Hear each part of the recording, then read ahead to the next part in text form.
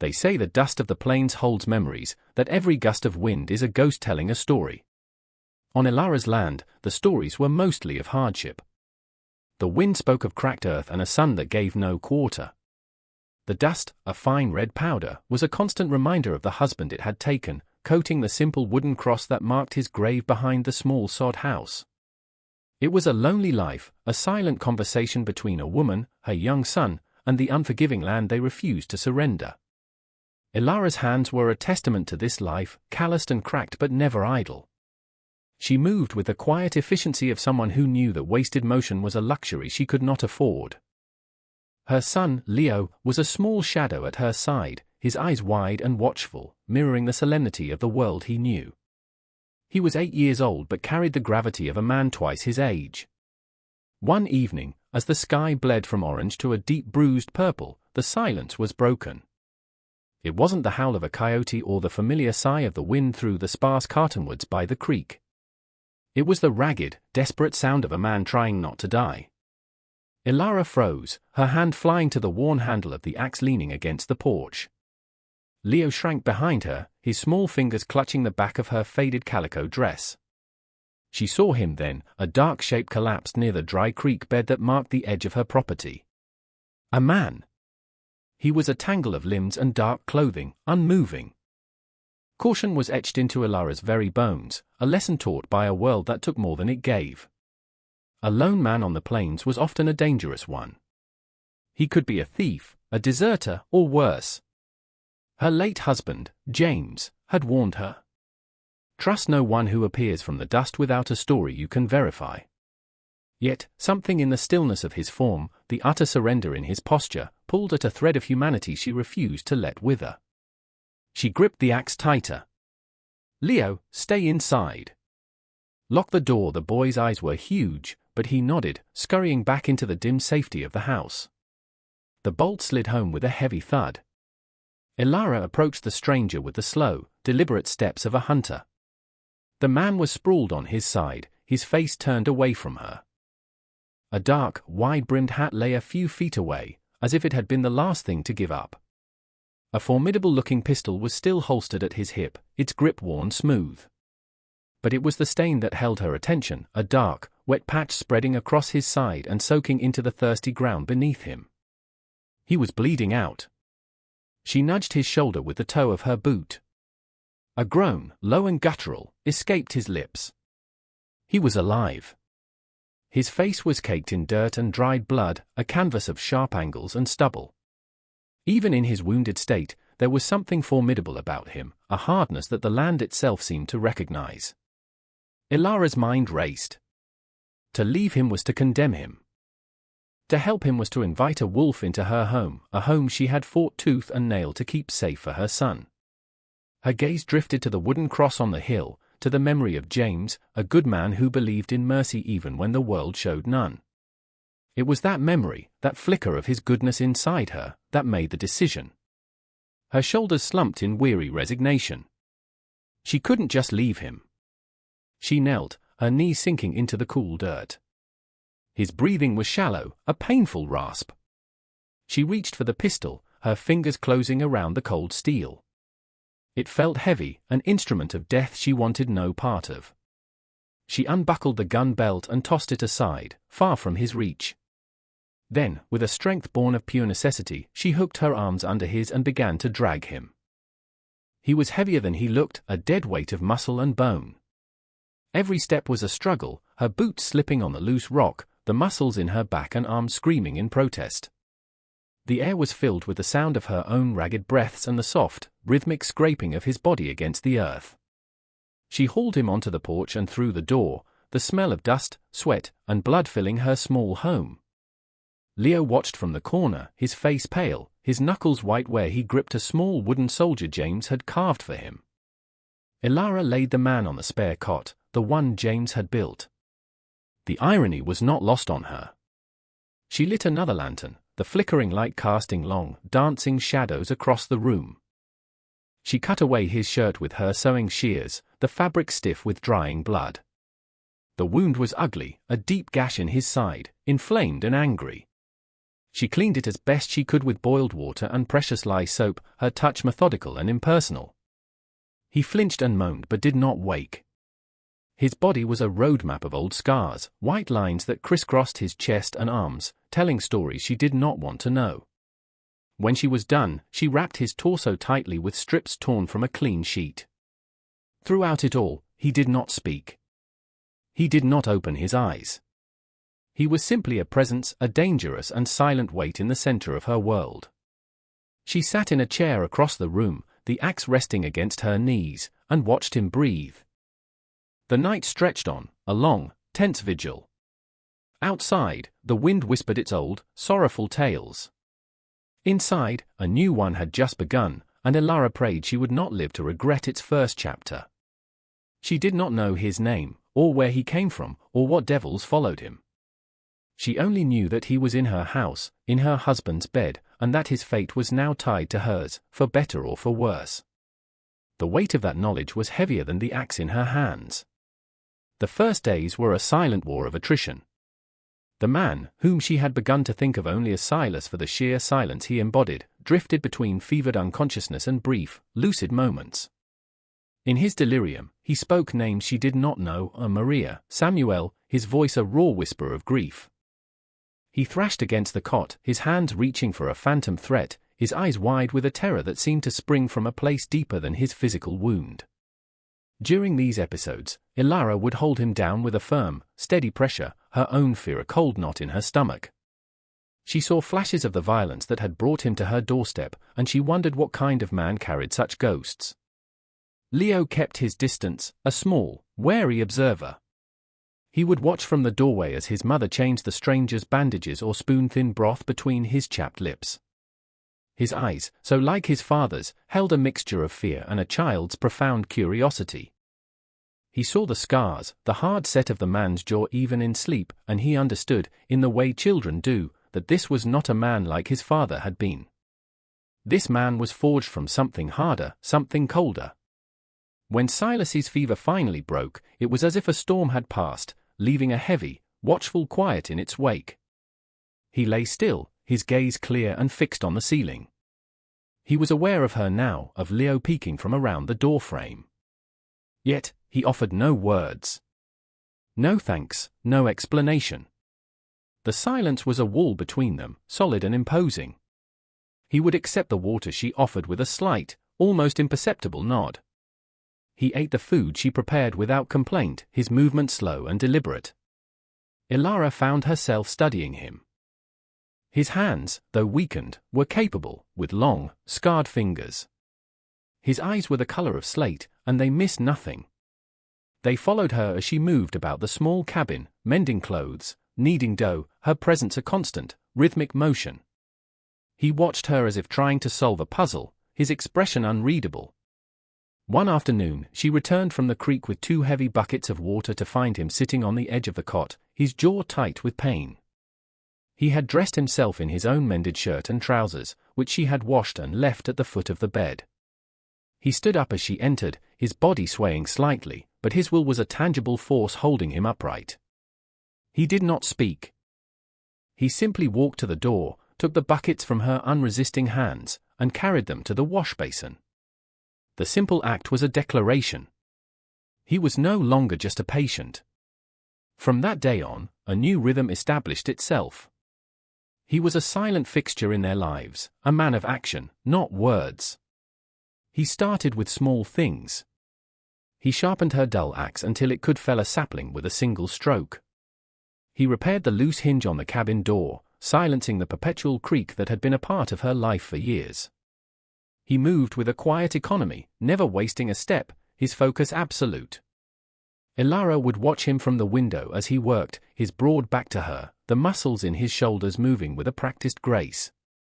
He never spoke of his past, and she never asked. The space between them was filled with the unspoken agreement that the past was a locked room, and neither held the key for the other.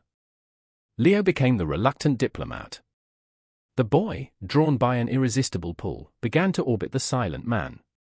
He would sit on the porch steps, watching Silas mend a leather harness, his small face a study in concentration. One day, Silas glanced over and saw Leo trying to whittle a piece of scrap wood with a blunt rock. The result was a mangled stick and a frustrated sigh from the boy. Without a word, Silas put down the harness, pulled a small, sharp knife from his pocket, and took a fresh piece of wood. His scarred hands, which Ilara had only seen as instruments of potential violence, moved with an artist's precision. He carved, the wood shaving away in delicate curls. He didn't shape it into a soldier or a horse. He carved a bird, its wings outstretched as if in mid-flight. He sanded it smooth with a piece of sandstone and handed it to the boy. Leo took it, his fingers tracing the perfect lines of the wings. He looked up at Silas, his eyes shining. "Thank you," he whispered, the first words exchanged between them. Silas simply nodded, a flicker of something unreadable, sadness, perhaps, or a distant memory, in his stone-colored eyes. He then turned and walked away, toward the fence line that needed mending, leaving the boy clutching the small wooden bird as if it were a treasure. That evening, as Ilara tucked Leo into his bed, the bird was held tight in his hand. "He's not a bad man, is he, Mama?"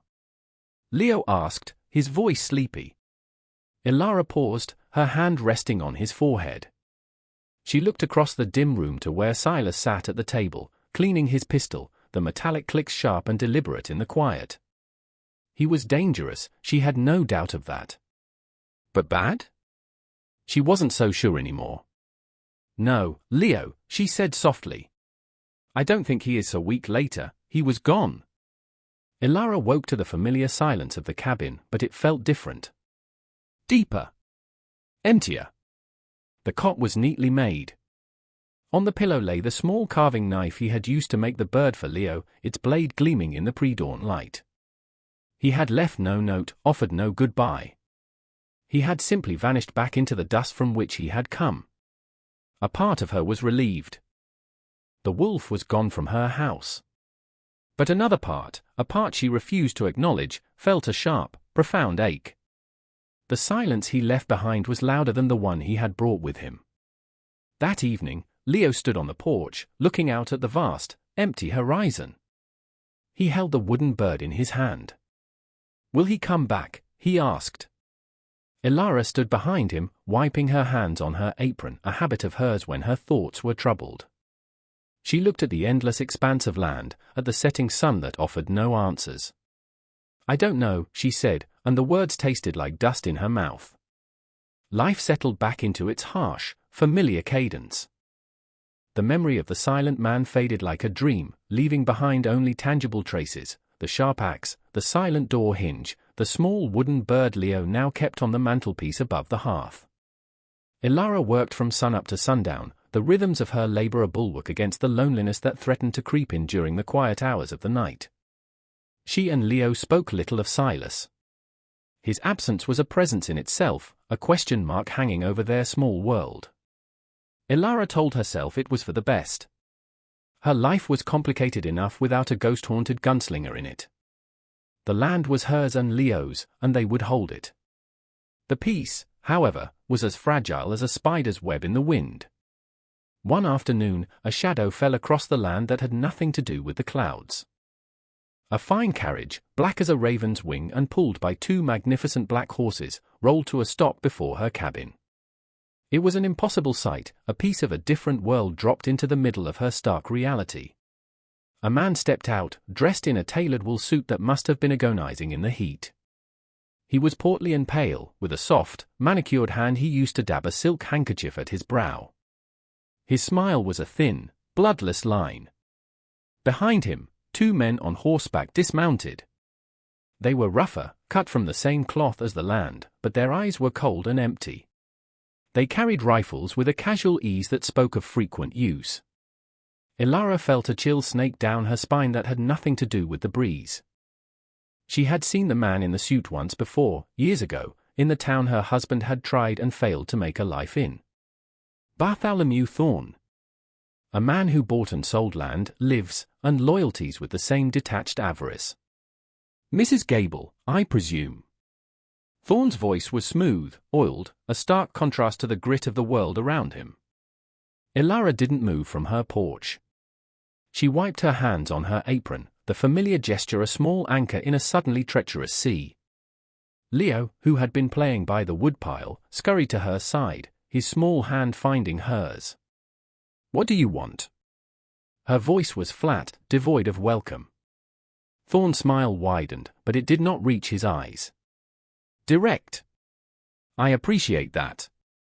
It saves time, and time, as they say, is money." He gestured expansively at her small plot of land, at the creek, at the struggling corn patch. "I am here about this property. A small matter of an outstanding debt, left by your late husband." The word struck her like a physical blow. James had never been good with money, always chasing a dream just beyond his grasp. He had taken loans, made promises. She had thought they were free of all that when he died. "He didn't owe you anything," she said, her voice tight. "His debts were settled, most of them, perhaps," Thorn conceded, taking a folded paper from his coat pocket. "But not all. He signed this note with me. Collateral, this very land. The note is past due. Terribly past due, in fact. But I am a patient man." He held it out. She didn't take it. She knew what it was. It was a death sentence for the life she had built. "This land is all we have," she whispered, the words barely audible. Leo squeezed her hand tighter. "I am aware," Thorn said, his voice laced with false sympathy. "Which is why I am prepared to be generous. I will forgive the debt entirely. All I ask is that you vacate the premises. You can have 3 days to gather your personal effects, 3 days. To dismantle a life. To walk away from the only home her son had ever known, from the grave of her husband." "And if I don't?" The question was defiant, foolish, but she had to ask it. Thorn's smile vanished. His face became a mask of cold granite. "Mrs. Gable, do not mistake my generosity for weakness. This land, specifically the water rights to this creek, is valuable to me. I will have it. One way or another." He gestured to his 2 men, who straightened up, their hands resting near their rifles. The threat was unspoken but absolute.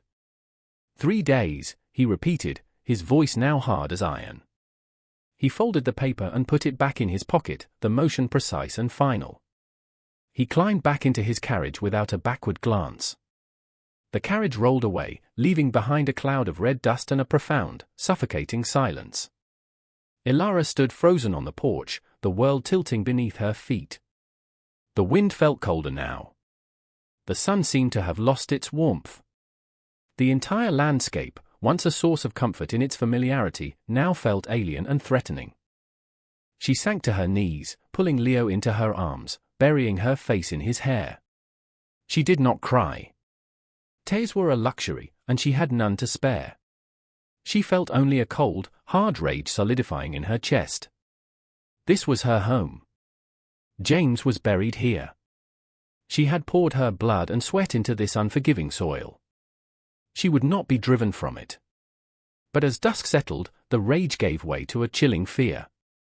Thorn was not a man to make idle threats. She looked at the axe, at her husband's old hunting rifle hanging over the mantel, a single-shot relic she barely knew how to use.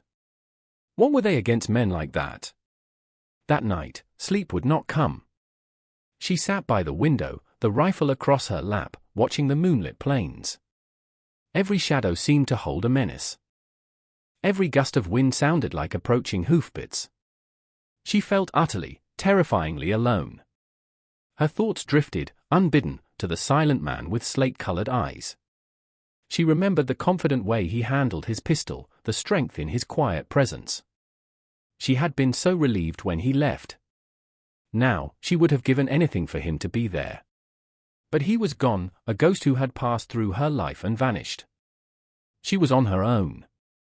As she stared out into the darkness, a single, desperate prayer formed in her heart, a whisper sent out into the vast, uncaring emptiness. A prayer for a miracle. A prayer for a gunslinger. The next 2 days passed in a haze of dread. Ilara moved through her chores mechanically, her body performing the familiar tasks while her mind raced, searching for an escape that did not exist.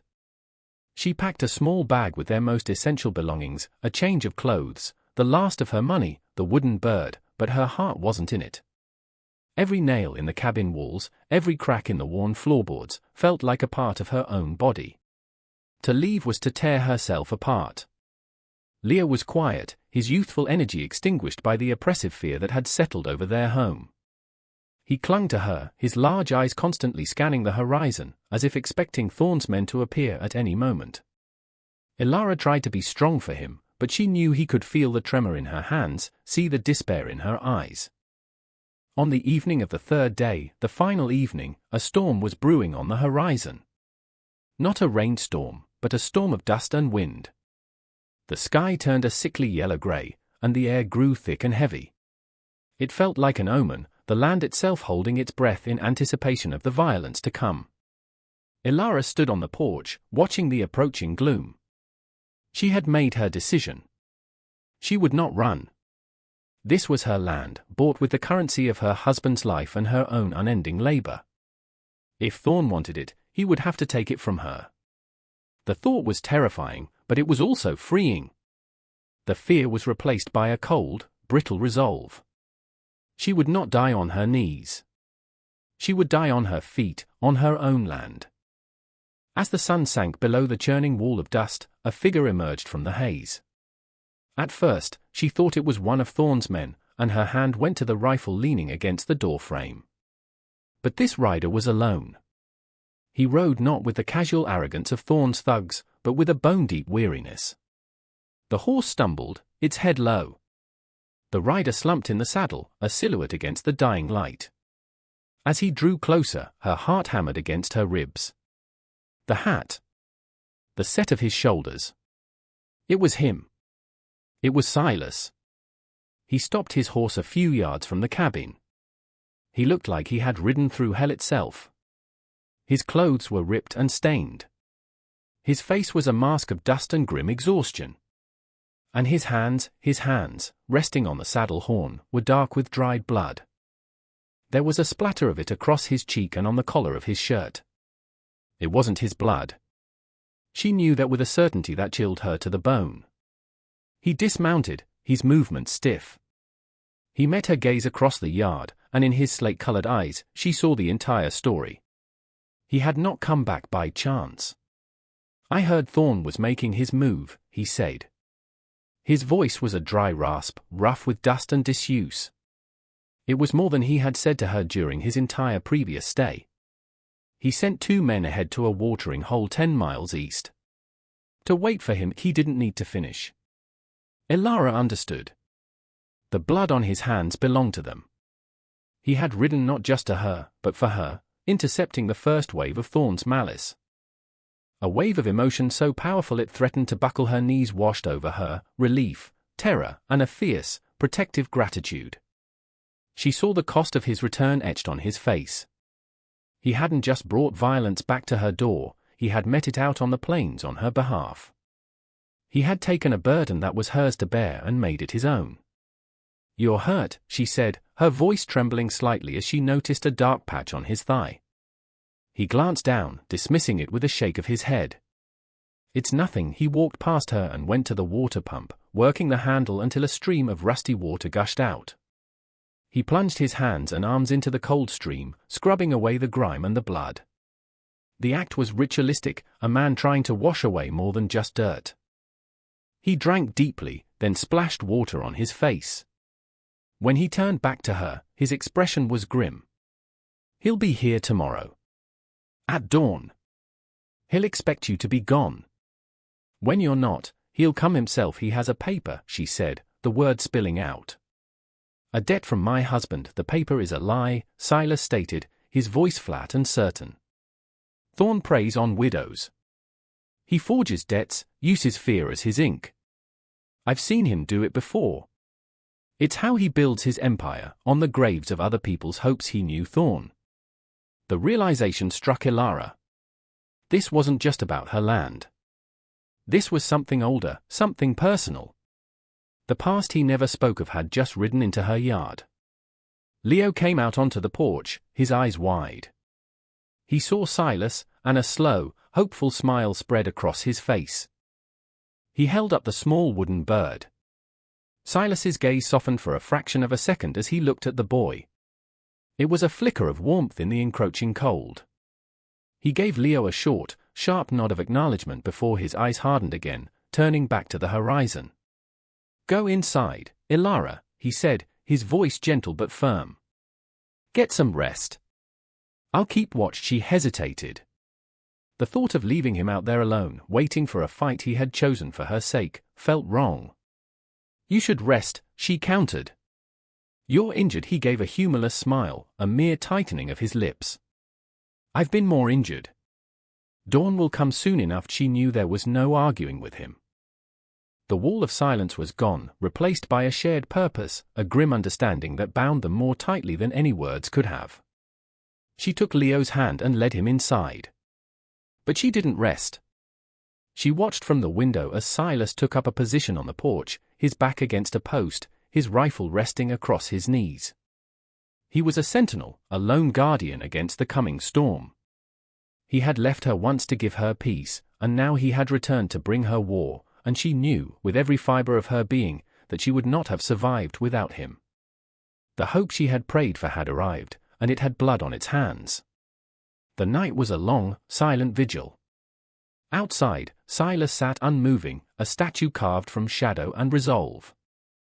Inside, Ilara sat at the table, the old rifle cleaned and loaded, her husband's pistol, the one she'd taken from Silas, on the table before her. Sleep was an impossible luxury. The air was thick with unspoken histories and the grim promise of the coming dawn. Just before the first hint of grey lightened the eastern sky, Silas came inside. He moved without a sound, his presence filling the small room. He looked at the weapons on the table, then at her. His eyes, which had been so hard and distant, now held a deep, weary sadness. "You shouldn't have to do this," he said, his voice low. "This isn't your fight." "Thorn came to my door," she replied, her voice steady. "He threatened my son. He made it my fight." The heavy silence settled between them. It was a silence not of distance, but of shared understanding. He pulled out a chair and sat opposite her, the table a small island in a sea of tension. "Thorn," he began, his gaze fixed on the worn grain of the wood. "The names I said, when I was unwell. Maria. Samuel. They were my wife and son." Ilara's breath caught in her throat. She had wondered about those names, whispered in the throes of fever. Now, the ghosts had a face. "We had a small ranch, down in the territory," he continued, his voice hollowed out by memory. "Good land. Good water. Thorn wanted it. He tried to intimidate me, but I was a deputy then. I knew the law. I thought it would protect us." He paused, his jaw tightening, the muscles bunching under the skin. "He didn't use paper against me. He used fire. He waited until I was out on patrol and he burned it all. The house, the barn. Everything." The words hung in the air, thick and suffocating. Ilara felt a profound ache, an empathy that transcended her own fear. The scars she had seen on his body were nothing compared to the ones he carried inside. "I was too late," he whispered, his voice cracking for the first time. "I failed them. I've spent the last 5 years hunting the men who lit the match. I found them all. All but one. The one who gave the order, Bartholomew Thorn." Now she understood. This wasn't just atonement. This was vengeance. A debt of blood he had come to collect. "When I heard he was here, pushing you off your land," he trailed off, looking up at her. "I couldn't let it happen again. I couldn't be too late again." In that moment, he was no longer a dangerous stranger or a silent gunslinger. He was a man drowning in grief, who had found a piece of driftwood in his quest to save her. She reached across the table and her hand covered his. His skin was cold, his scarred knuckles rigid. He flinched at the contact, as if unused to a gentle touch, but he didn't pull away. "You're not too late," she said softly. As if summoned by their conversation, the first rays of sunlight sliced across the plains, painting the dusty ground in hues of gold and blood. The sound of hoofbeats followed, slow and deliberate. Thorn was here. Silas stood, his transformation immediate. The grieving husband vanished, and the resolute gunslinger returned. He picked up his own pistol, checking the action with a practiced flick of his wrist. "Stay inside," he commanded. "Keep Leo away from the window." No matter what you hear, he walked to the door and stepped out onto the porch, into the dawn light. Ilara rushed to the window, peering through a crack in the shutters. Thorn was there, astride one of his black horses, flanked by 4 new men. He looked smug, confident. He saw Silas standing alone on the porch and reined in his horse, a look of mild surprise on his face, which quickly curdled into a sneer. "Well, well," Thorn called out, his voice carrying easily in the still morning air. "The ghost of Calder County. I heard you were dead." "Not yet." Silas's voice was calm, deadly. "This is over, Thorn. Ride away and don't come back." Thorn laughed, a harsh, ugly sound. "You are in no position to make demands. You are one man. I have a legal claim to this land. Your paper is a forgery and your claim is a lie." Silas shot back. "And your men in the east won't be joining you." The meaning dawned on Thorn's face, his expression shifting from arrogance to fury. "Kill him," he snarled at his men. The world exploded into motion. It was not a prolonged battle. It was a brutal, efficient reckoning.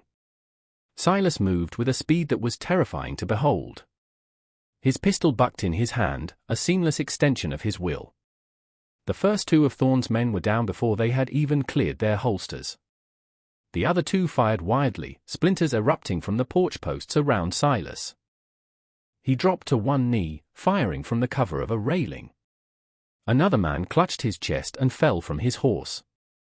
Thorn, his face a mask of disbelief and rage, pulled his own pistol. He was a businessman, not a gunman, and his movements were clumsy. He fired, the bullet whizzing harmlessly past Silas's head. Before he could fire again, Ilara saw the rifle barrel poke through the doorway beside Silas. She hadn't even realized she had moved. Her hands were shaking, but her aim was true. She had watched James hunt. She knew how to lead a target. She fired. The rifle's kick slammed into her shoulder, but the shot was true. Thorn cried out, dropping his pistol as he clutched a shattered arm. The last of his men, seeing his boss wounded and his companions dead, threw down his weapon and spurred his horse, fleeing into the plains. An eerie silence descended, broken only by the moans of the wounded Thorn and the frantic panting of his horse. Silas stood up, his pistol still aimed at the land baron. He walked slowly down the steps, his boots crunching on the dusty ground.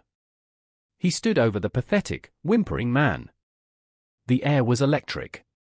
This was the moment he had lived for 5 long years. The final reckoning.